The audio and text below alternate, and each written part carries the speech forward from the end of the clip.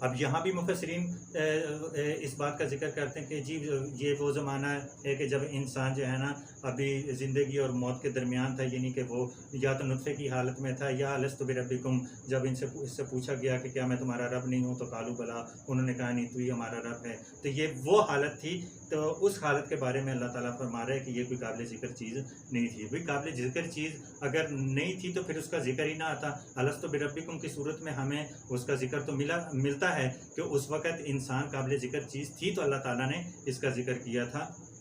تو یہ وہ وقت ہے جو میرے اندازے کے مطابق، میری اسٹڈی کے مطابق، جو میں نے اس کو تھوڑا سا ڈیپلی اسٹڈی کیا ہے، تو میرے اندازے کے مطابق، میرے خیال کے مطابق یہ وہ وقت تھا کہ جب انسان قابل ذکر چیز نہیں تھا، یعنی کہ انسان میں زندگی تو موجود تھی لیکن اس میں روح نہیں تھی. بالکل اس کی مثال میں اس بال پینٹ سے آپ کو دیتا ہوں کہ اس بال پوائنٹ کو دیکھ لیں کہ اس کا پورا ایک اسٹرکچر موجود ہے. اس پہ مطلب یہ پلاسٹک کور بھی ہے، اس پہ یہ ربڑ بھی لگی ہوئی، اس پہ یہ ٹک ٹک جو ہے یہ بھی ہو رہا ہے. لیکن اگر اس میں انک موجود نہ ہو تو یہ پھر قابل ذکر نہیں رہتی، کیونکہ اس کا مقصد ہی فوت ہو جاتا ہے. اس کا کوئی مقصد ہی نہیں ہے. یعنی کہ کمپنی جب اس بال پین کو بنا لیتی ہے، اس کا پلاسٹک کو، اس کے کور کو، اور اس پہ یہ ٹک ٹک وغیرہ یہ لگا لیتی ہے، سارا کچھ لگاتی ہے، سکہ بھی ڈال دیتی ہے، لیکن اس میں انک نہیں ڈالتی، تو یہ نہ مارکیٹ میں بکنے والی ہے، نہ یہ قابل ذکر ہے، نہ اس کے کوئی فائدے ہیں. یہ بیکار ہے اس وقت تک. تو اس وقت تک اس کا ذکر کرنا ہی فضول ہے جب تک کہ اس میں انک نہ ڈال دی جائے. تو یہی حالت اس وقت حضرت آدم کی تھی کہ اس میں زندگی تو موجود تھی لیکن اس میں روح نہیں تھی، اور روح نہ ہونے کی وجہ سے اس کا ذکر بھی کرنا فضول تھا. کیونکہ اس وقت اس کا ذکر کیا جاتا کہ اس کے ساتھ کوئی ایسے معاملات ہی نہیں تھے، اس کے لیے کوئی شریعت نہیں تھی، اس کے لیے کوئی آداب نہیں تھے، کوئی طریقہ کار نہیں تھے، اس کے ساتھ جہنم اور جنت کا کوئی وعدہ نہیں تھا. تو اس لیے یہ اللہ تعالیٰ نے فرمایا کہ یہ انسان پر ایک وقت وہ ایسا آ چکا ہے کہ جب وہ کوئی قابل ذکر چیز نہیں تھا.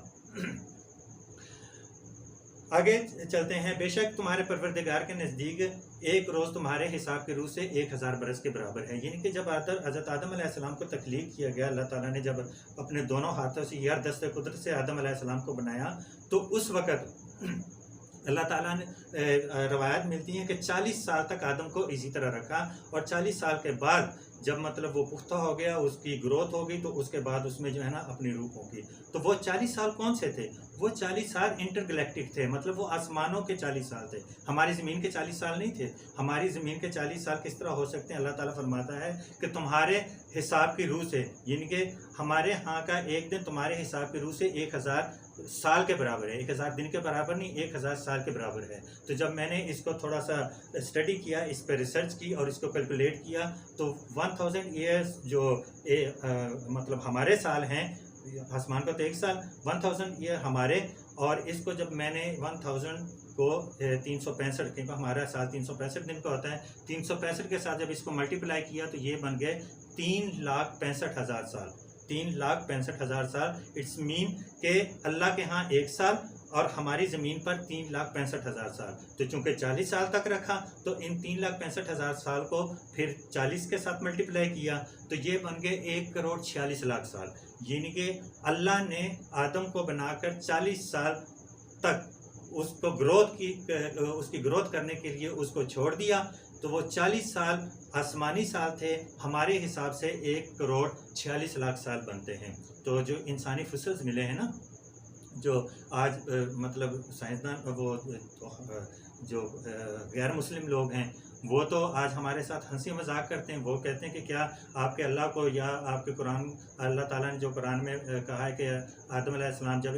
دیکھیں نا، وہ بھی صاحب کتاب ہیں، ان کو بھی کتاب کا علم ہے، ان کے پاس بھی یہ کیلکولیشن موجود ہیں. جب وہ کہتے ہیں ہم نے کیلکولیٹ کیا تو یہ 6000 سال قبل حضرت آدم علیہ السلام دنیا میں تشریف لائے. تو ہمیں جو آج یہ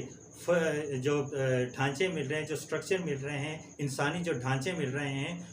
مختلف ملکوں سے، جس طرح فرانس سے، جرمنی سے اور بہت سارے ملکوں سے، اور ان پہ جب ہم نے کاربن ڈیٹنگ کی، ان کے فسلز پر کاربن ڈیٹنگ کی، تو معلوم ہوا کہ کچھ ڈھانچے تو 50,000 سال قبل کے ہیں، اور کچھ ڈھانچے 20,000 25,000. اور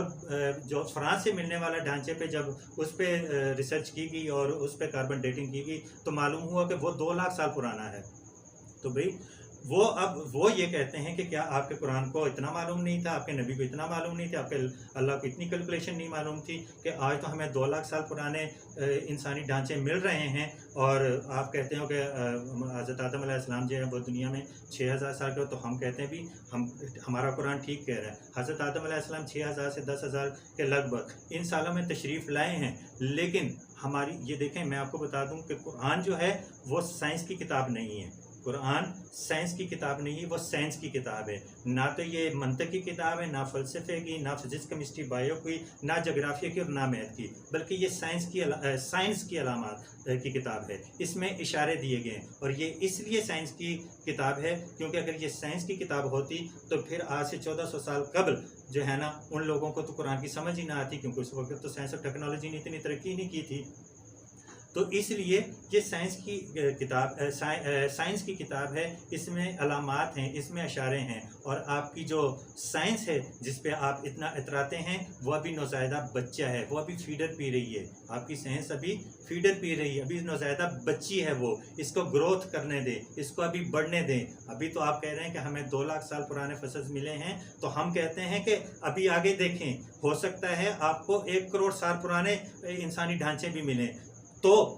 بھی ہمارا قرآن حق ہے اور سچ ہے، کیونکہ قرآن کی روح سے جو میں نے ابھی یہ کیلکولیشن کی ہے تو انسانی زندگی 1 کروڑ 46 لاکھ سال پہلے اس دنیا میں جو ہے نا انسان آباد تھے، تو یہ کوئی اتنی بڑے اچنبے کی بات نہیں ہے، اور نہ اس پہ اتنا اترانے کی بات ہے، ابھی تو آپ 2 لاکھ سال پرانا ڈھانچہ ڈھونڈ رہے ہیں اور اس پہ اتنا اترا رہے ہیں، ہمارا قرآن نے تو آج سے 1400 سال پہلے ہی جو ہے نا یہ سارے معاملات کر دیے ہیں، آپ کی سائنس کو تو آج جا کے پتہ چلا ہے کہ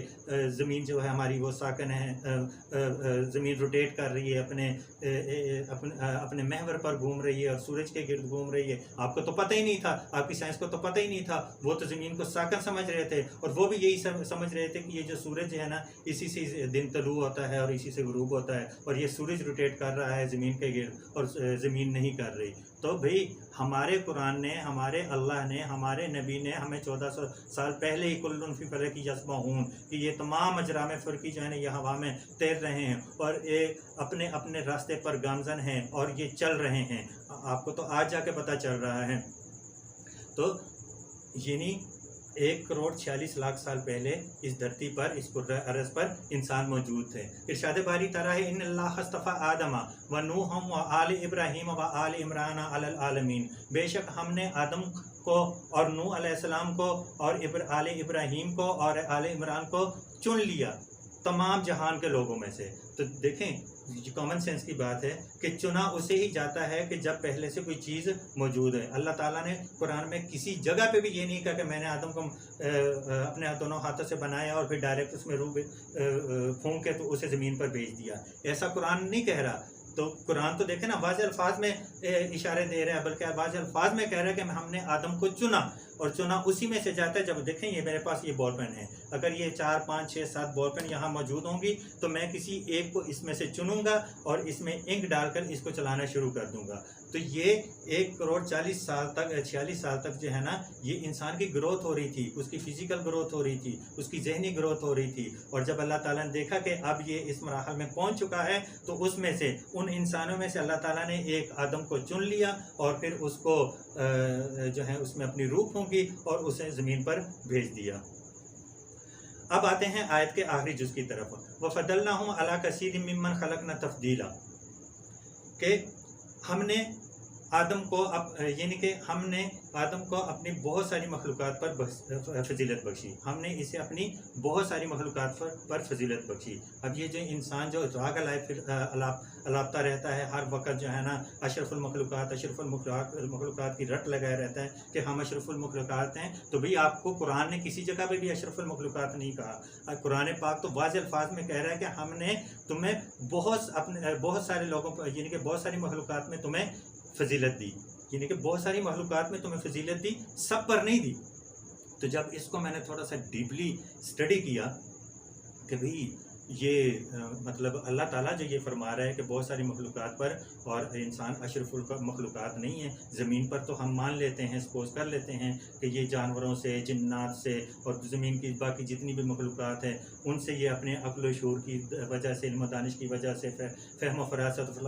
فصاحت و براغت کی وجہ سے یہ اشرف المخلوقات ہے، ان میں سب سے آگے ہے. یہ بات یہاں تک تو ہم مان لیتے ہیں. لیکن اگر انٹرگلیکٹک بات کی جائے تو انٹرگلیکٹک طور پر جو ہے نا انسان اشرف المخلوقات نہیں ہے. یقیناً اس سے بہتر بھی کوئی مخلوقات ہوں گی. جب اس آیت کو میں نے پڑھا تو پھر میں نے اس کو تھوڑا اسٹڈی کیا، اس پر تھوڑی ریسرچ کی کہ آخر وہ کون سی مخلوقات ہوں گی. ادھر ادھر بہت جھانکا، سائنس کو بھی نچوڑا، دیکھا کہ کہیں کوئی چیز مل جائے، لیکن انسان سے زیادہ اشرف المخلوقات کوئی بھی چیز نہیں مل رہی تھی. پھر اس آیت کے زیر نظر جو ہے نا میں نے قرآن پاک کو ہی کھنگالا. تو سورہ کہف کی میں جو بات کر رہا ہوں، بار بار سورہ کہف کی اس لیے بات کر رہا ہوں کہ کیونکہ اس پہ تو میں نے اپنا پورا ایک ناول لکھ لیا ہے، تو اس وجہ سے بھی یقیناً میں نے اس کو اچھی طرح سے کھنگال لیا ہوگا. تو میں نے دیکھا کہ حضرت موسیٰ علیہ السلام کے بارے میں جب بات کی جاتی تھی کہ ایک دفعہ مفسرین لکھتے ہیں کہ اس صورت کا شان نزول بھی جب وہ بتاتے ہیں، اور جب وہ بتاتے ہیں کہ ایک دفعہ حضرت موسیٰ علیہ السلام کسی بڑی بلند جگہ پر کھڑے ہو کے اپنی قوم سے خطاب کر رہے تھے، تو ان کی قوم کے ایک آدمی نے، ایک امتی نے ان سے پوچھا کہ اے موسیٰ، کیا تجھ سے بہتر، تجھ سے زیادہ علم بھی کسی کے پاس ہے؟ تو موسیٰ علیہ السلام نے کہا کہ نہیں، مجھ سے زیادہ علم جو ہے نا اس وقت روئے زمین پر کسی کے پاس نہیں ہے. تو اسی وقت وہی نازل ہوئی کہ اے موسیٰ، تجھ سے بہتر بھی میرے پاس مخلوق موجود ہے، اور تجھ سے جو ہے نا بہتر، سوری میں بات کر رہا ہوں، تجھ سے زیادہ علم رکھنے والی بھی میرا ایک بندہ ہے کہ اس کے پاس تجھ سے زیادہ علم ہے. تو حضرت موسیٰ علیہ السلام نے کہا کہ یا اللہ، میں اس سے ضرور ملنا چاہوں گا. اور اس کے بعد پھر جو ہے نا اللہ تعالیٰ نے حضرت موسیٰ علیہ السلام کی یہ ریکویسٹ جو ہے وہ ایکسیپٹ کی، اور انہیں جو ہے نا اس بندے کا پتہ بتا دیا. وہ ایک مچھلی کو لے کے چلے، اس مچھلی کے ذریعے ایک پورٹل کھولی گئی، اور اس پورٹل کے ذریعے جو ہے نا حضرت خضر علیہ السلام، جو مفسرین کہتے ہیں کہ وہ حضرت خضر علیہ السلام تھے. بہرحال قرآن میں تو ان کے نام سے نہیں ذکر کیا گیا، اور اگر کہیں کیا بھی گیا ہوگا تو ابھی میری نظروں سے نہیں گزرا. وہ تو ان کے بارے میں تو اللہ کا ایک بندے کا ذکر ہے کہ وہ ایک اللہ کے بندے تھے. اور باقی وہ سارا معاملات جو کس طرح سے کشتی کا، اور پھر دیوار کے ٹوٹنے کا، اور کسی بچے کو جو ہے نا قتل کرنے کے، وہ سارے معاملات جو بار بار جہاں حضرت موسیٰ علیہ السلام ان سے تعویل کرتے، پوچھتے کہ یہ مطلب یہ کس طرح، یہ کیوں آپ نے اس طرح کیا، کیوں آپ نے کیا، تو انہوں نے کہا کہ جو میں جانتا ہوں وہ ابھی تم نہیں جانتے، تمہارے پاس وہ علم نہیں ہے جو اللہ تعالیٰ نے مجھے دے رکھا ہے. تو ایک تو یہ وہ بندہ ہو گیا، یہ حضرت عیسیٰ علیہ السلام تھے یا جو کوئی بھی ہے، کیونکہ یہاں تو مفسرین کوئی اسے انہیں کوئی نبی کہہ رہا ہے کہ وہ کوئی نبی تھے. تو نبی تو بھی اپنی قوموں پر مبعوث کیے جاتے ہیں، اور وہ ایک شریعت کو نافذ کرتے ہیں. تو ان کا ذکر جو ہے نا قرآن پاک میں اگرچہ بہت ساروں کا ذکر نہیں بھی ہے، لیکن حضرت اگر خضر علیہ السلام کا نبی بنا کر بھیجے گئے ہوتے تو یقیناً جس طرح ان کا ادھر ذکر ہے تو شاید ان کا کسی اور جگہ بھی ذکر ہوتا. لیکن وہ انٹرگلیکٹک معاملات ہیں. شاید میرے خیال سے جو میری اپنی ذاتی رائے ہے وہ ناقص رائے ہے. ہو سکتا ہے کوئی لوگ اس سے اتفاق کریں یا نہ بھی کریں، تو اس سے میرے عقیدے پہ بھی فرق پڑتا ہے. تو بھی بالکل بھی نہیں فرق پڑتا، کیونکہ قرآن حق اور سچ ہے. اس کا ترجمہ ہم لوگ کر رہے ہیں، اس کی ٹرانسلیشن ہم لوگ کر رہے ہیں، اس کی تفاسیر جو ہے نا ہم لوگ لکھ رہے ہیں. ہم سے کوئی غلطیاں بھی ہو سکتی ہیں، کوتاہیاں بھی ہو سکتی ہیں. کسی جگہ سے ہمارا علم محدود ہے، چونکہ بہت زیادہ محدود ہے. اللہ کا علم تو بہت وسیع ہے، لامحدود ہے. ہمارے علم چونکہ ہمیں عطائی علم دیا گیا 0.99999 بھی کو کچھ بھی علم ہمیں نہیں دیا گیا. تو اسی علم کی بنا پر ہم نے مطلب آج اتنی ترقی کر لی ہے. لیکن اس میں جو ہے نا وہ ہو سکتا ہے کہ کوئی میرے ساتھ اتفاق کرے یا نہ کرے، لیکن میرا یہ خیال ہے کہ حضرت خضر علیہ السلام کسی اور پلینٹ پر جو ہے نا ان کا بسیرا ہے، وہ کسی اور پلینٹ کی مخلوق تھے.